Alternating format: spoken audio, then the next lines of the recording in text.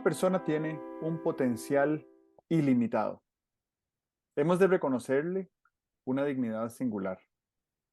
Nuestras relaciones interpersonales ganarían si estuvieran orientadas a buscar el bien del otro.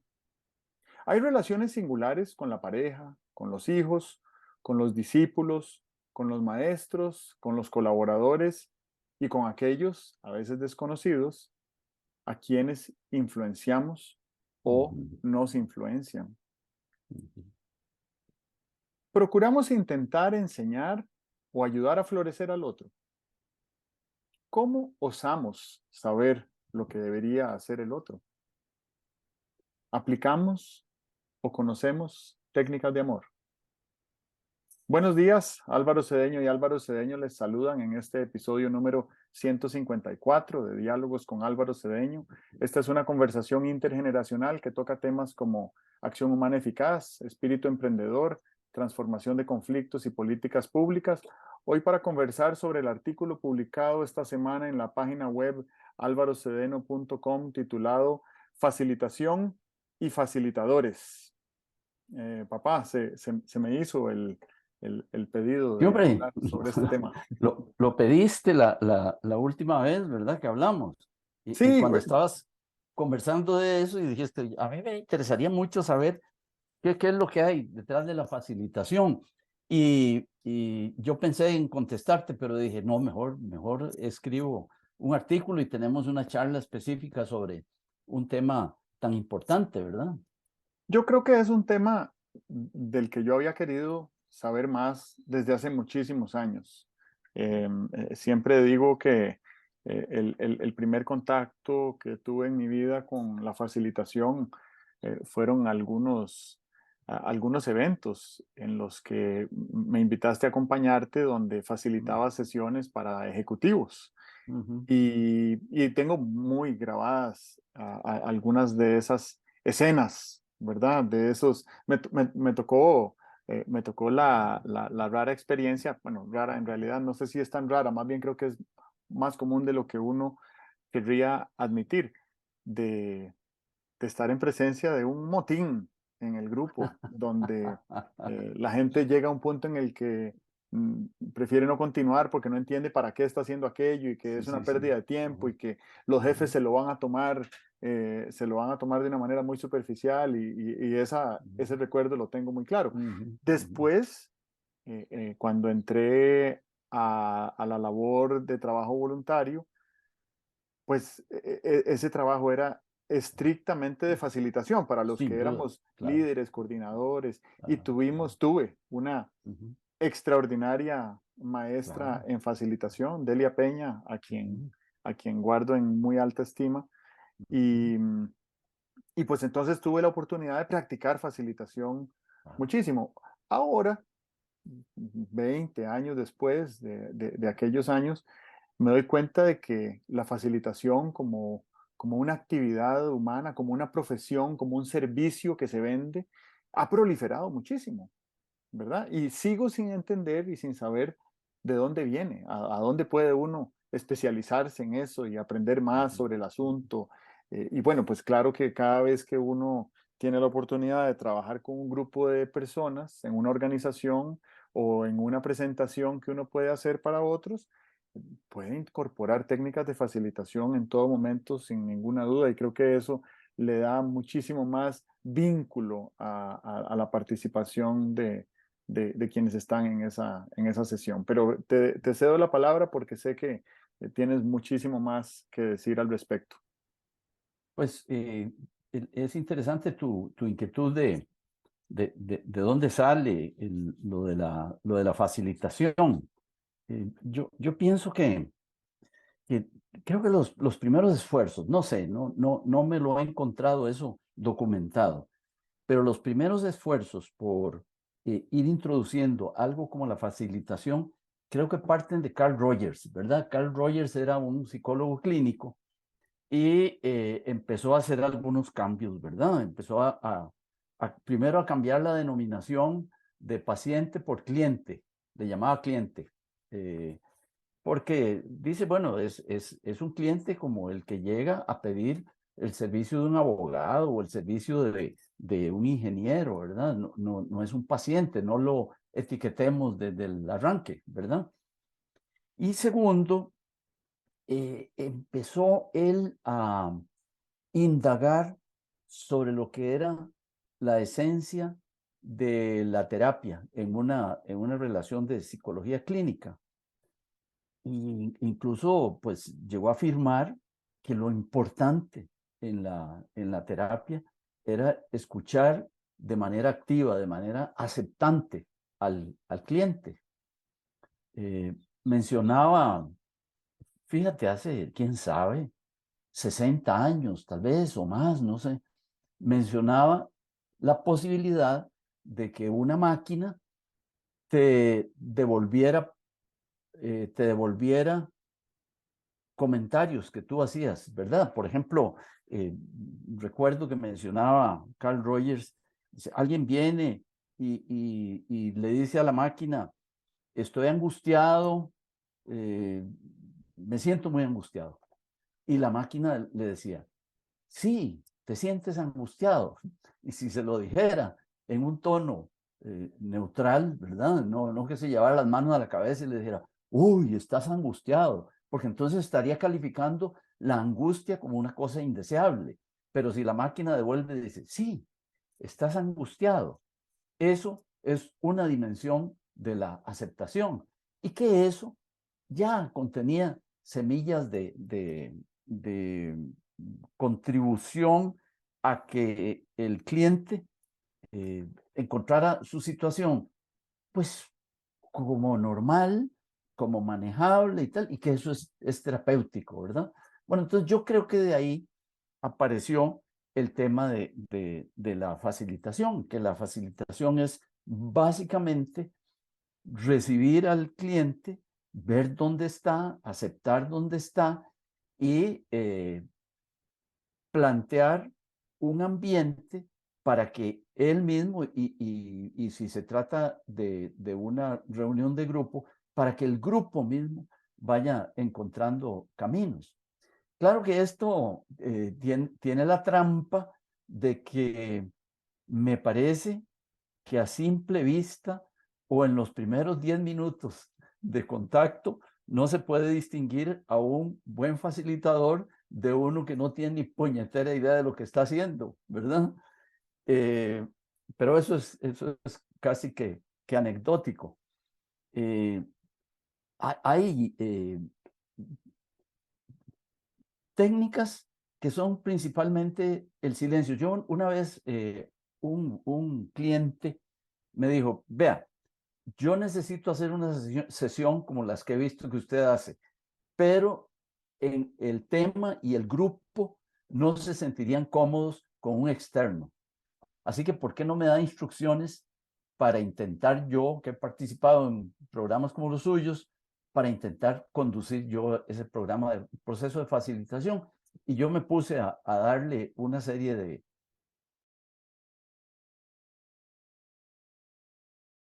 Es, eh, aprenda a lidiar con el silencio, porque en la facilitación, en las primeras etapas, y en los primeros ejercicios que se hacen, pues al facilitador le cuesta mucho estar en silencio. Yo recuerdo como paradigma un facilitador que tuve en, en un programa que hice en el NTL de Estados Unidos. Y el grupo estaba, no contribuía, no decía, no planteaba, y él estaba en silencio. Cuando estuvo en silencio como 45 minutos, que cuesta mucho estar en silencio 45 minutos ante un grupo, sobre todo que todas las miradas son hacia el facilitador, pero ¿usted en qué está? No le estamos pagando para que haga alguna cosa, ¿verdad? Y entonces aquel dijo, les, eh, les aviso que yo llevo en silencio 45 minutos, pero que mi récord es de 6 horas. Yo no sé si exageraba o no, pero a mí siempre me quedó la idea de que nada pasa si es necesario que te quedes en silencio 6 horas, ¿verdad? Ok. El silencio es el gran Brahman, ¿verdad? Ujú, Me despierta muchísimo la atención lo que mencionas de Carl Rogers, porque en unos años en los que yo estaba estudiando mi maestría en paz, bueno, yo estaba en paz, pero también estudiaba una maestría en paz, en estudios ujú, de paz. Eh, Participé durante 4 años en unas conferencias de resolución internacional de conflictos en Rusia, que eran sí, coorganizadas por dos ujú, organizaciones no ujú, gubernamentales que colaboraban, una estadounidense, que era la que financiaba buena parte de las congregaciones, y una rusa, eh, y ambas tenían el vínculo de la psicología humanística de Carl ujú, Rogers. ujú, ujú, Entonces era un convivio de 2 semanas ujú. de rogerianos Ajá, rusos, estadounidenses y de otras ujú, nacionalidades, muchos europeos, muchos de Medio Oriente, israelíes, palestinos, mm, africanos, latinoamericanos, por supuesto. Y entonces la estructura de la conferencia era, los primeros 5 días había talleres que duraban los 5 días. Entonces los participantes podíamos matricularnos en una gran diversidad de talleres que había de 5 días. En realidad no eran talleres de 5 días, eran talleres de 5 medios días. Entonces había un taller en la mañana y un taller en la tarde, que daban muchísima profundidad al conocimiento de algún tema. ujú, Después eran otros 5 días donde había eh, sesiones de mediodía organizadas por algún facilitador, que todavía 4 horas para un ejercicio de gestalt o de algún tipo de facilitación con hipnosis o con meditación guiada, 4 horas es un montón de tiempo. Y los últimos 5 días eran casi como sesiones de coaching de 2 horas en dos ujú, horas que ujú, los facilitadores ofrecían a quien quisiera, a la gente que ya habían conocido en los 10 días anteriores. Entonces era como ir a Disneylandia para facilitadores, ¿verdad? Yo no lo sabía hasta ahora que los mencionas, ajá. que esa fue mi experiencia, ¿verdad? Yo Sí, siempre la claro, tengo, claro. la, Ujú, la, la guardo, la guardo como un tesoro, esas experiencias, pero no había hecho el conecte entre eso y este tema. ujú, Lo otro es que, pues el silencio es una herramienta muy útil en muchos aspectos, ¿verdad?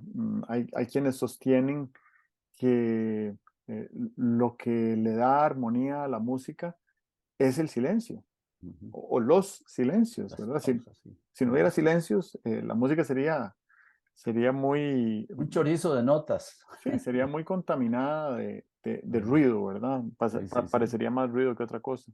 Ujú, Y lo otro es que creo que aquí me adelanto al tema de la conversación respecto a cuál es la herramienta fundamental de la facilitación y tú hablas del silencio y yo quiero aportar el papel tan potente que juega la pregunta facilitadora, ujú, la pregunta ujú, ujú, movilizadora, ¿verdad? ujú, Una pregunta que invita, despierta la curiosidad, invita a la exploración, a la introspección y bueno, yo no sé si eso es un asunto más de estilo que de otra cosa, pero a mí me gusta muchísimo siempre iniciar con una pregunta generadora que, que le permita a las y los participantes a ir explorando durante la sesión aquello que tuvieron como respuesta inicial a esa pregunta generadora.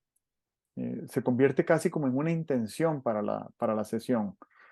Y entonces al final uno lo que tiene son un montón de intenciones maduradas que compartidas en el grupo, pues enriquecen muchísimo a la colectividad, porque cada persona tiene una intención diferente, eso es un hecho.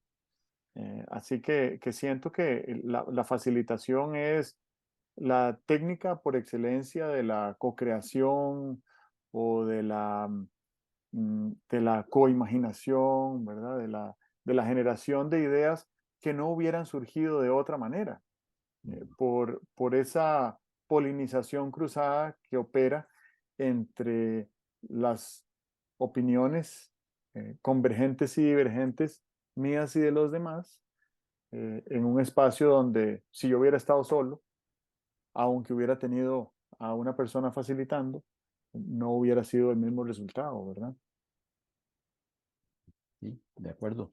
El inicio de la facilitación es muy importante porque el facilitador puede contaminar a la persona o al grupo con su agenda, ¿verdad? Y lo importante es que la agenda sea del participante y no del facilitador, ¿verdad? El que viene con un conflicto, eh, el facilitador no puede suponer que quiere resolver el conflicto. Lo que tiene que, de lo que tiene que partir es de cómo vienen las personas que están metidas en el conflicto. A lo mejor vengan al borde de la guerra y eso es muy importante, ¿verdad? Si partimos del supuesto de que vienen a adquirir herramientas para ventilar el conflicto, estamos partiendo mal, ¿verdad?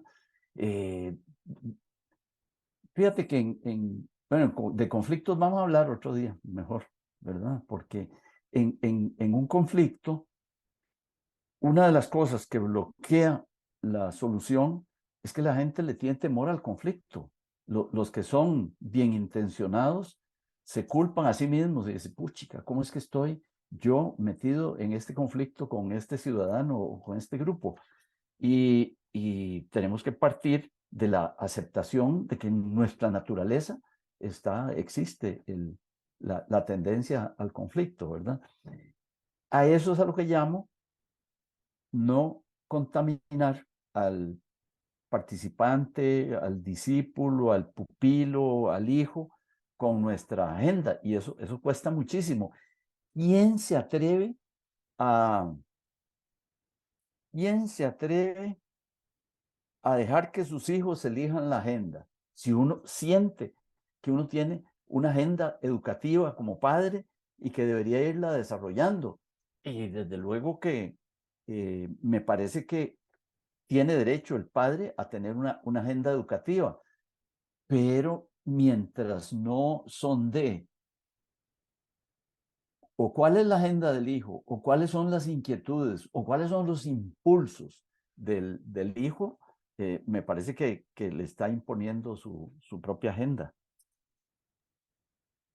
Muy interesante y muy difícil. Hace Muy unos difícil, claro, días, muy sí, difícil. sí, sí, muy difícil. Hace unos días hablábamos de educación y sobre educación hablábamos de esta corriente o paradigma educativo que se llama unschooling, ¿verdad? Sí, Desescolaridad, sí, que se fundamenta en la capacidad de facilitación que tenga un padre, una madre de familia, de no imponerle su agenda a los hijos, sino que los hijos sean los que vayan guiando esa agenda de aprendizaje desde sus intereses o desde su curiosidad o desde lo que el entorno les despierta. Y, y me parece que así, biológicamente, así somos. Vamos a ver, a ninguno de nosotros se nos tiene que mandar a la escuela para despertar nuestra curiosidad.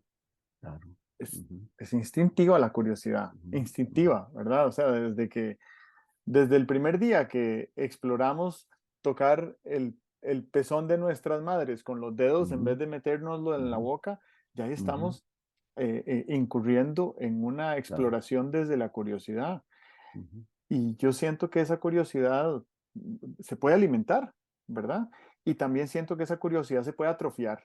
A uno se le puede atrofiar la sí. curiosidad eh, Ujú, si en nuestra crianza o en nuestra escolaridad tenemos figuras de autoridad, facilitadores, maestros, padres, que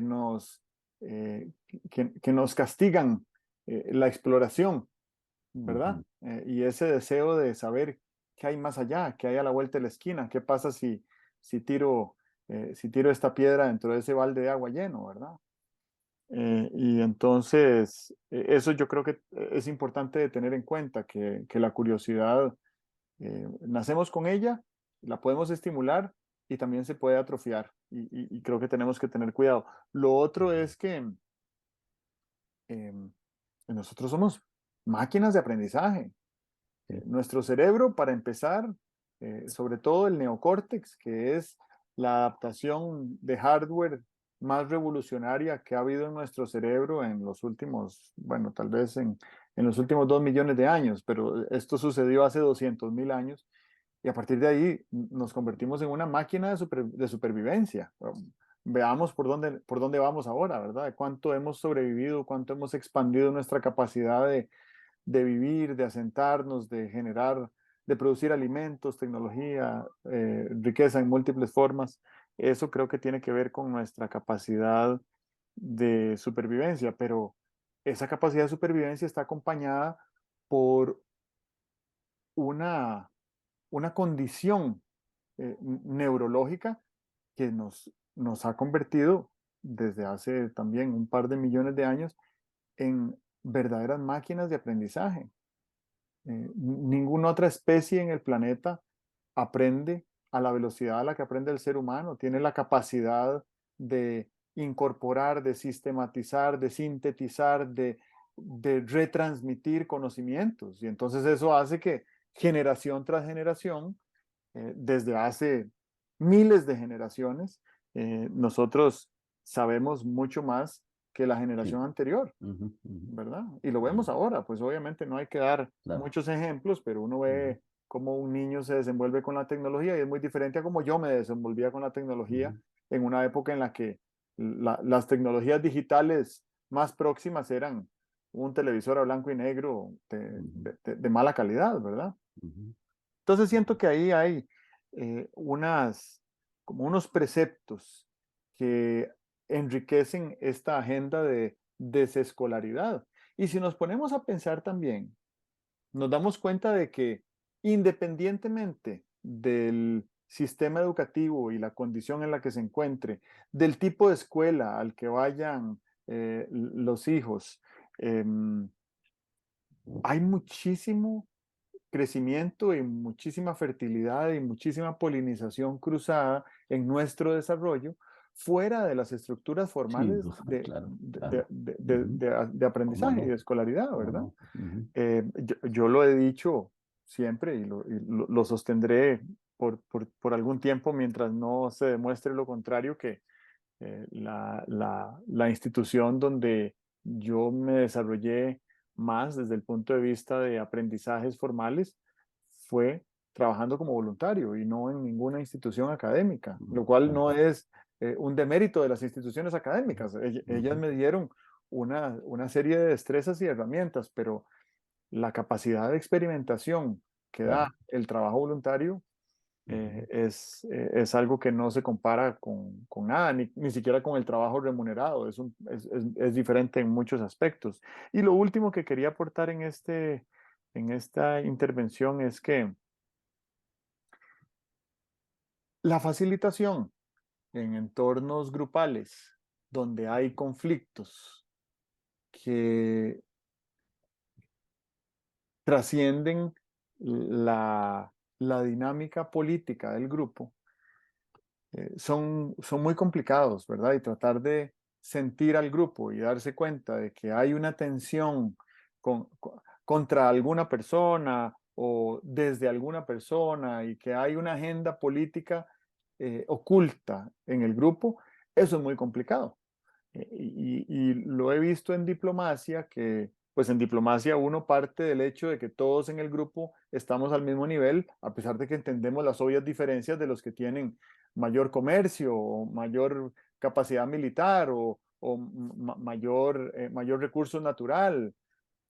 Y sin embargo, cuando hay una notoria tensión entre algunos miembros de ese grupo, pues se procede a lo que se denomina la diplomacia itinerante, y es que se procura que la facilitación suceda a puertas cerradas, uno a uno, de uno a manera que uno. se elimine Claro, esa claro. presión política que Ujú, podría generarse en un grupo, ¿verdad?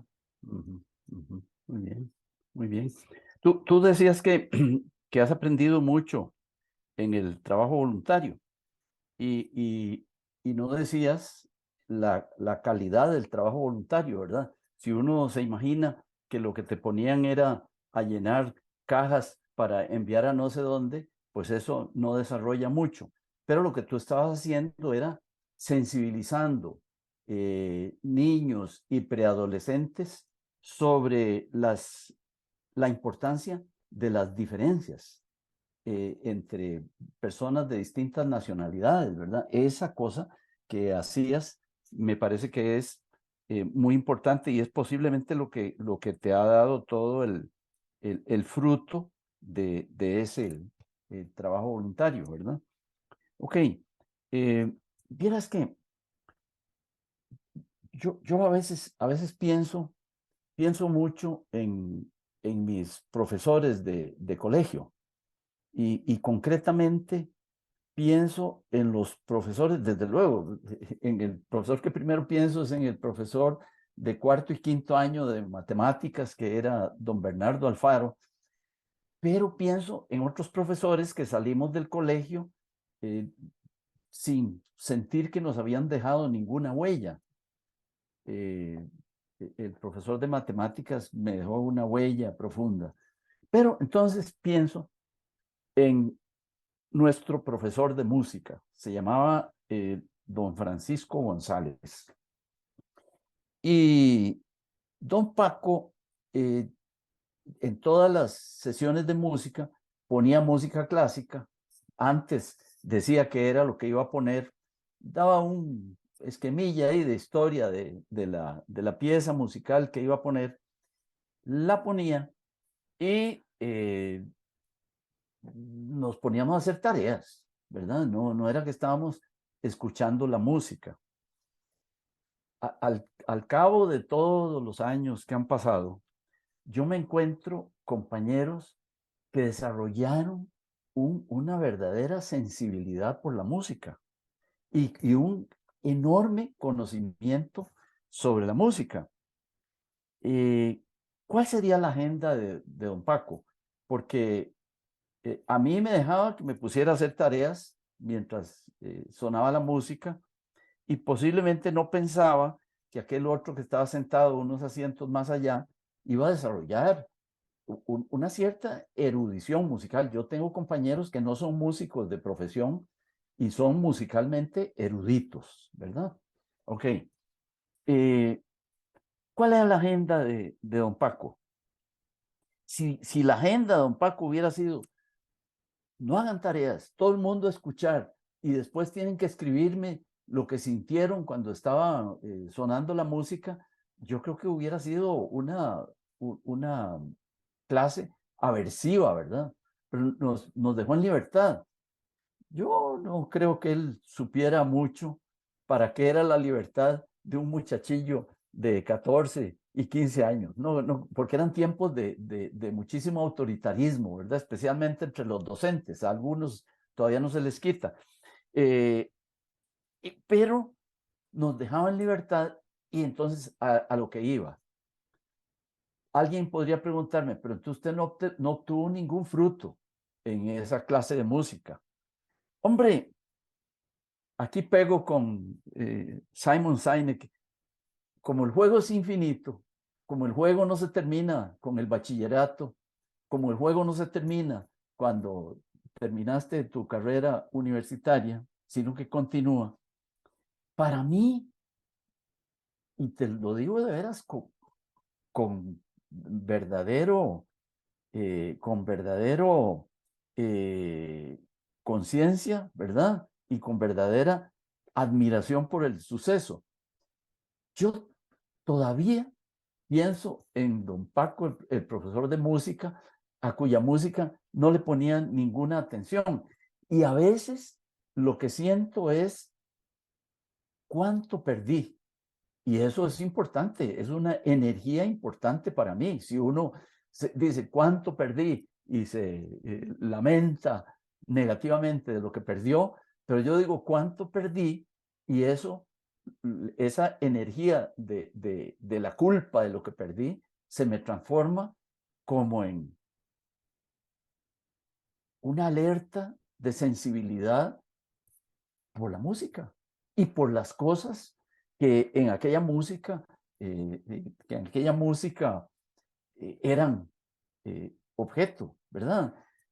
Hay una canción que todos los que fueron compañeros de generación míos y compañeros de generaciones eh, anchas, en 20 años posiblemente hay generaciones que recordarán una pieza musical que a veces cantábamos, porque a veces cantábamos también, que se llamaba El Sauce y el Arroyo.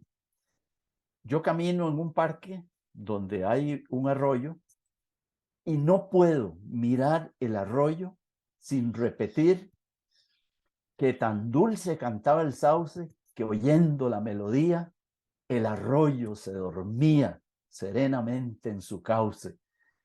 Y desde luego que se me llena el alma de gratitud por el profesor que murió hace tiempo, por los compañeros, se me llena de ternura por los compañeros que tenían más sensibilidad que yo, por los compañeros que florecieron más en ese aspecto musical que yo.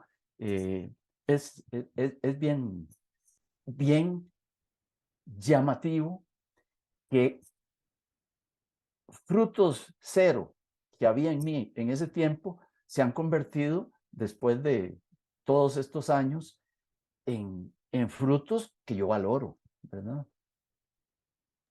Es que la educación no son, no son frutos, la educación son semillas, ¿verdad? Claro. Y Ujú, entonces depende de cada quien cómo las cultiva de ahí en adelante. Eh, Hay algunas de esas semillas que, que se nos plantan incluso sin nosotros estar muy conscientes ni muy de acuerdo, así es. ¿verdad? La gente que pasó Ujú, por las clases de música con desgano, o la gente que pasó por las ujú, clases de matemáticas con disgusto o con miedo, ujú, y que después se convirtieron en músicos o en ingenieros, ¿verdad? Eso es cultivar unas semillas, aunque al principio las hubiéramos recibido eh, a regañadientes. Y entonces esas semillas que florecen, pues obviamente a mayor tiempo, mayor cultivo y mayor probabilidad de que den frutos diversos, porque además no son semillas de un solo fruto, ¿verdad? Son semillas que se polinizan. Eso no existe en la naturaleza, no existe de manera natural. Creo que en un laboratorio sí puede, ¿verdad? Que uno combine un tomate con una papaya y que le ajá, dé ajá, sí, algo claro. ahí Una parecido ensalada. a una mezcla, ¿verdad? Pero en nuestro propio proceso formativo, y aquí conecto con el tema, nuestro trabajo de autogestión y de autofacilitación consiste en ver qué pasa si esta semilla y esta otra crecen muy cercanas. Ujú, Y qué pasa cuando a todo mi jardín se le acerca mucho el jardín de otra persona y empezamos a coflorecer, ¿verdad?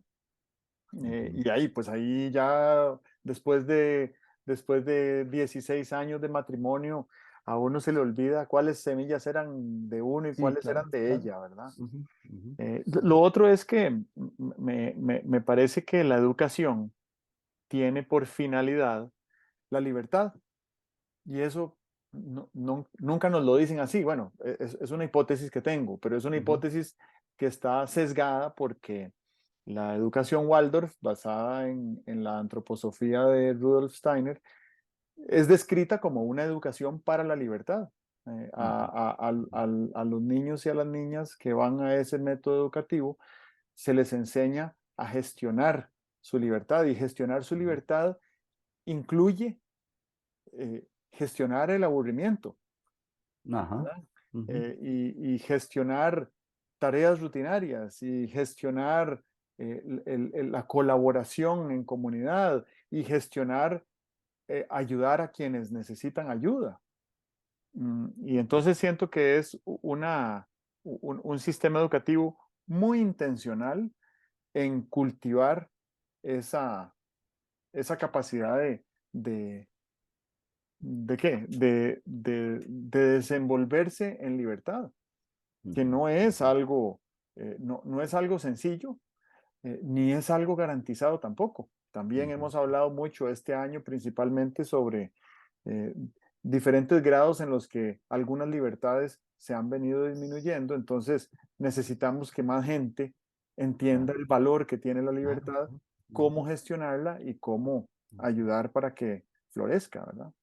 Claro, claro, bien, bien, bien llamativo, porque eh, hoy en día muchas personas no ejercen en la disciplina en la que se graduaron de la universidad, ¿verdad? Eso se está dando mucho. En el mundo se daba muchísimo y a uno le sorprendía. Hace 40 años eh, se encontraba uno, un ingeniero civil que estaba trabajando qué sé yo, en mercadeo, y uno decía, pero oye, ¿qué pasó con la ingeniería civil?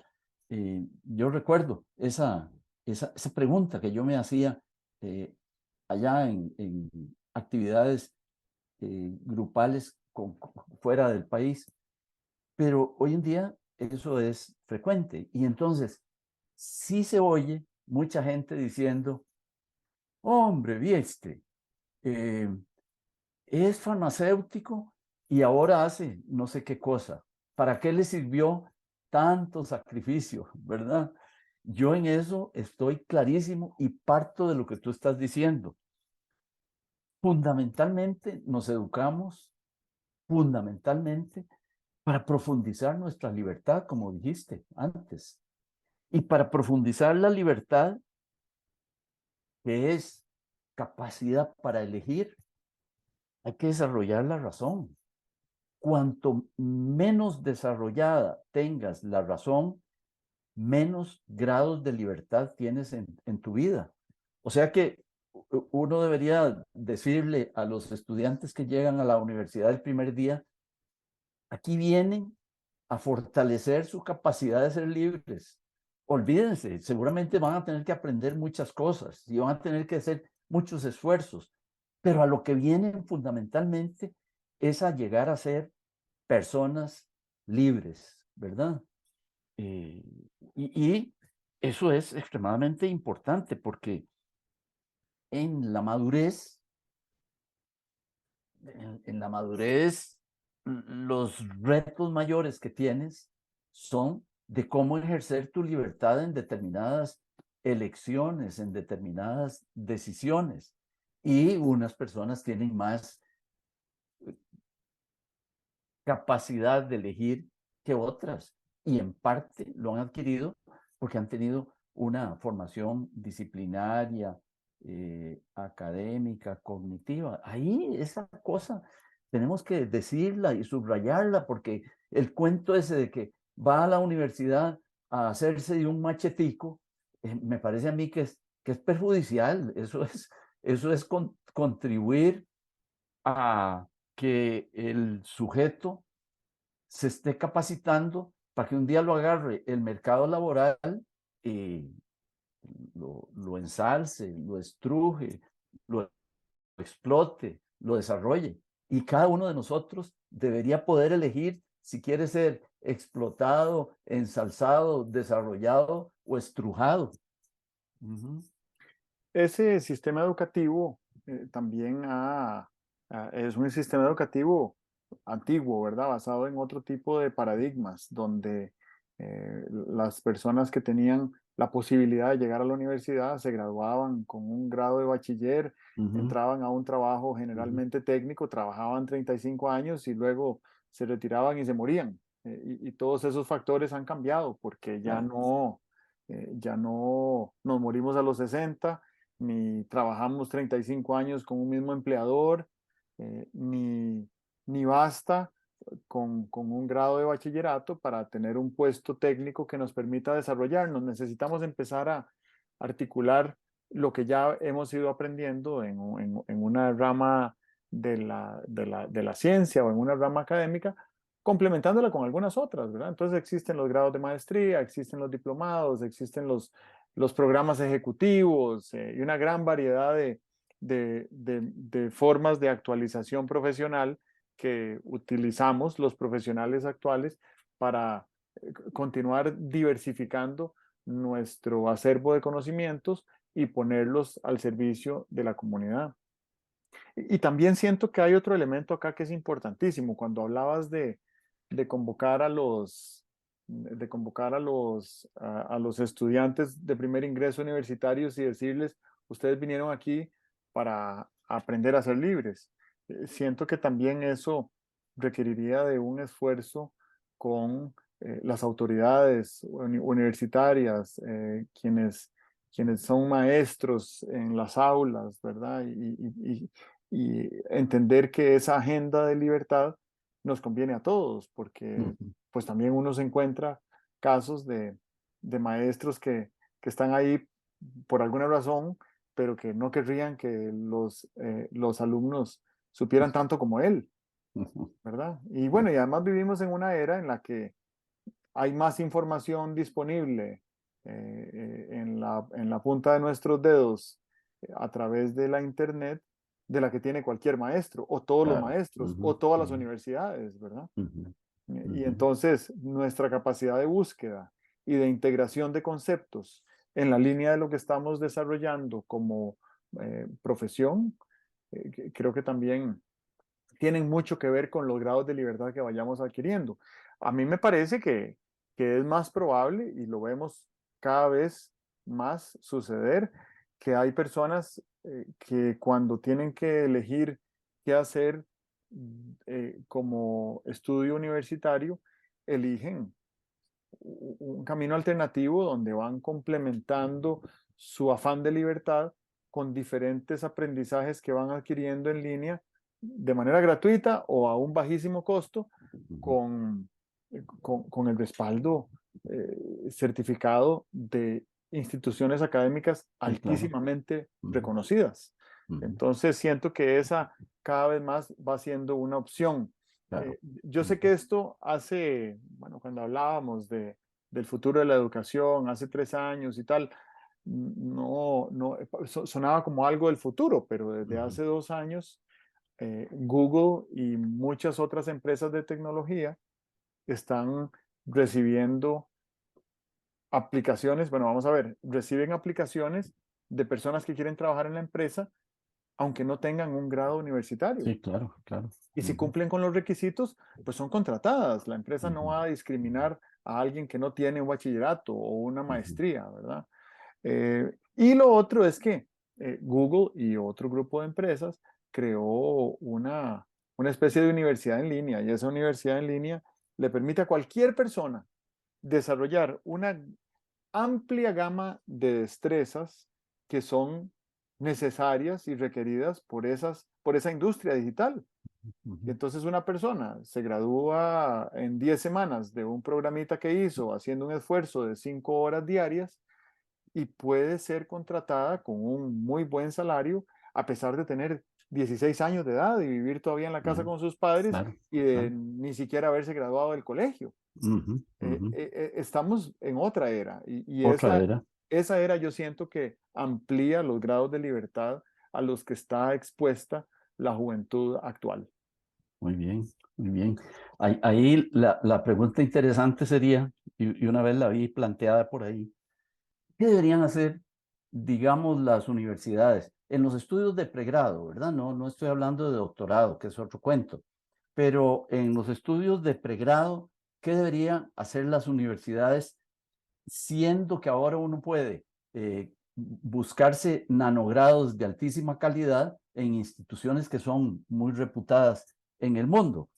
Bueno, me parece que la universidad, así lo decía una autora, que ahora no recuerdo el nombre, decía una autora, la universidad de pregrado lo que debería hacer es, primero, levantar el entusiasmo por el aprendizaje. Y eso no lo puede hacer un cursito por ahí enlatado de una universidad que te lo dé en línea, ¿verdad? Despertar el entusiasmo por el aprendizaje. Y segundo, apoyar el desarrollo de destrezas de aprendizaje, ¿verdad? Tampoco eso se puede hacer leyendo cosas y tal. Eso es un profesor y es un tutor el que te puede hacer eso, que es totalmente distinto a un profesor. Un tutor sí te puede entusiasmar y un tutor te puede dar apoyo en tus destrezas como estudiante y como aprendiente. Y la otra cosa de la que hemos venido hablando ahora, ¿por qué una universidad no puede decir, oigan, aquí nosotros tenemos los métodos vivenciales, experienciales que se llaman, para volver a conectar con lo que es la facilitación? Aquí tenemos los métodos para robustecer la búsqueda que usted tiene que hacer de su propia libertad. Bueno, yo me matricularía ahí. Claro, definitivamente. Me gusta eso que dices y resueno con lo de las tutorías, ¿verdad? Y también resueno de nuevo, con el concepto de polinización cruzada.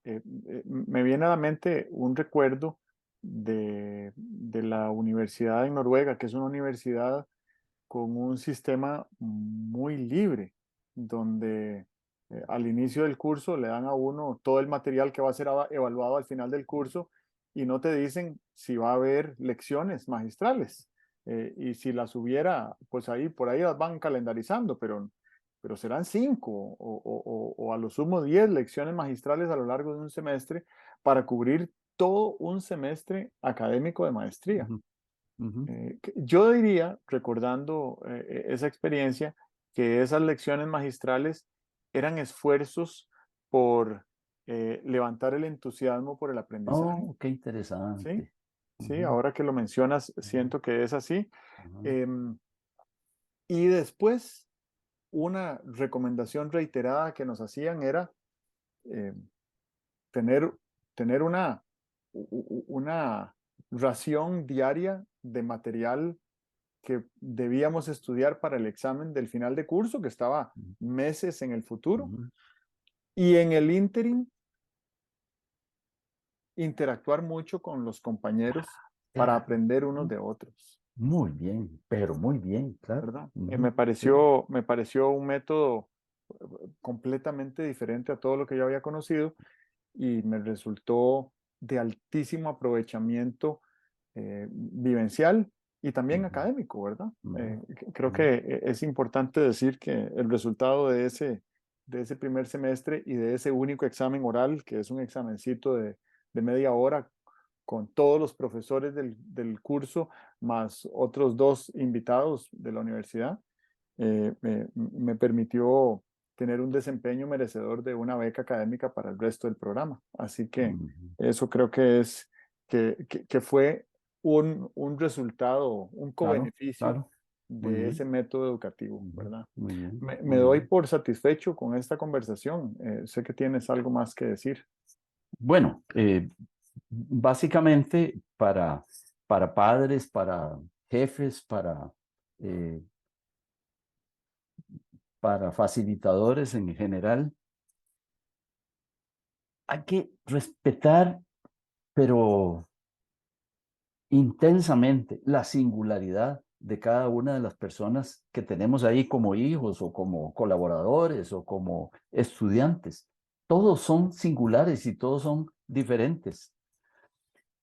Segundo, eso debería llevarnos a dejar ser, porque no tenemos ninguna idea de qué es lo que esa singularidad va a producir. Entonces, dejémoslo ser. La tercera cosa es tener muy claro que el potencial de una persona es casi, es ilimitado. El potencial de una persona, el potencial del último de la clase es ilimitado. Y con estas tres cosas, creo que uno debería tener temor y temblor ante lo que está haciendo con hijos, con colaboradores, con discípulos, ¿verdad? Y desde luego buscar lo mejor que se pueda para ellos. Y mi definición del amor es querer el bien del otro. Si uno quiere el bien del otro, del discípulo, del colaborador, del hijito y tal, me parece que está en el buen camino. No es una cuestión de técnicas, sino que es más bien una cuestión de actitud, de valores y tal. El amor es omnipotente. Un día eso saldrá en los libros de física. De acuerdo. Muy bien. Bueno, Bueno, nos hablamos pronto. de acuerdo, muy bien. Ok, que estés muy bien. Dios. Hasta luego.